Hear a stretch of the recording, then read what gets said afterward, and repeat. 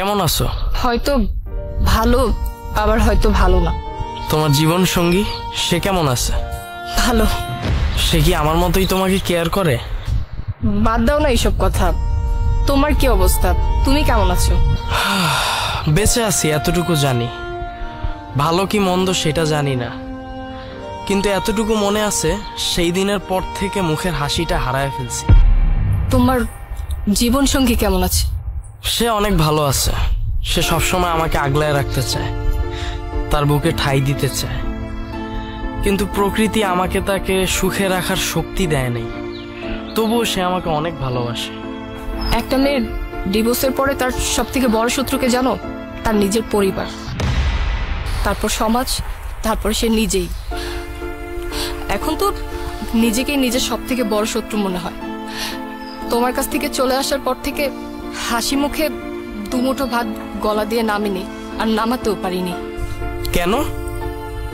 যার কাছে গেছিলা, যে তোমাকে আমার থেকে বেশি ভালোবাসা দিছিল, তার ঘরে উঠো নাই? আসলে ও একটা প্রতারক ছিল, বিভিন্ন মেয়েদের সাথে প্রেম করত, আর মেয়েদের সাথে প্রেম করে শারীরিক সম্পর্ক করাটাই ওর নেশা ছিল। ও একটা ফালতু ছেলে।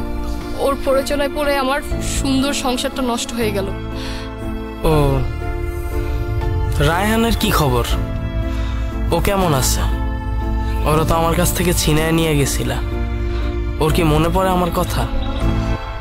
ভালো আছে, হ্যাঁ, তবে মাঝে মধ্যে বলে বাবা আসবে না। তখন তুমি কি বলো? বাদ দাও এসব কথা। তুমি তো আমাকে সময় দিতে না। আমি ভাবতাম তুমি মনে হয় আমাকে ভালোবাসো না, অন্য কারোর সাথে তোমার সম্পর্ক আছে। তুমি তো আমাকে বিকালে নিয়ে ঘুরতেও যেতে না। আমার তখন মনে হতো যে তুমি হয়তোবা আমাকে সময় দিতে চাচ্ছ না।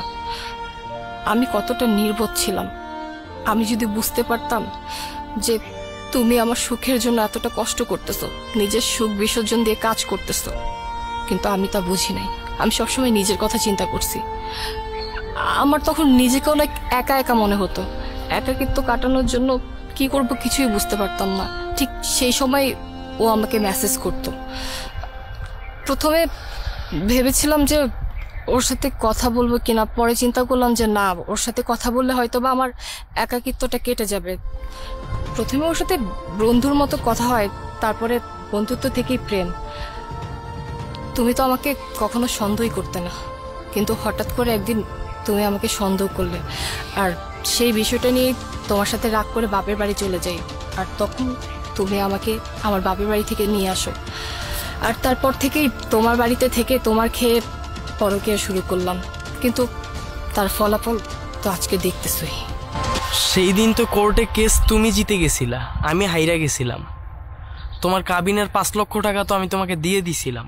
ওই টাকা দিয়ে যদি কিছু করতা, ছেলেটাকে নিয়ে তো ভালো থাকতা। উপরওয়ালা কাউকে ঠকায় না। সেদিন আমি জিতলেও উপরওয়ালার কাছে আমি হেরে গেছি। উপরওয়ালার বিচারে তোমার দেওয়া কাবিনের 5 লক্ষ টাকা নিয়ে রাসেল পালিয়েছে। রায়হান এখন কোন ক্লাসে পড়ে? ক্লাস 1-এ। স্কুলে ওর বাবার নাম কি দিছো? মুন্না। ও, থ্যাংক ইউ। মুন্না, আমাকে একটাবার সুযোগ দেওয়া যায় না? তুমি সেই সুযোগ হাতছাড়া করে ফেলছো। মনে পড়ে সেই দিনের কথা? আমি তোমার পা পর্যন্ত ধরছিলাম আর বলছিলাম রাসেলকে তুমি ভুইলা যাও। আমি তোমাদেরকে একসাথে একটা রুমেও দেখছি, কোনো রিয়েক্ট না করে তোমাকে বলছি আমি সব ভুইলা যাব, তাও তুমি আমার কাছে চলে আসো।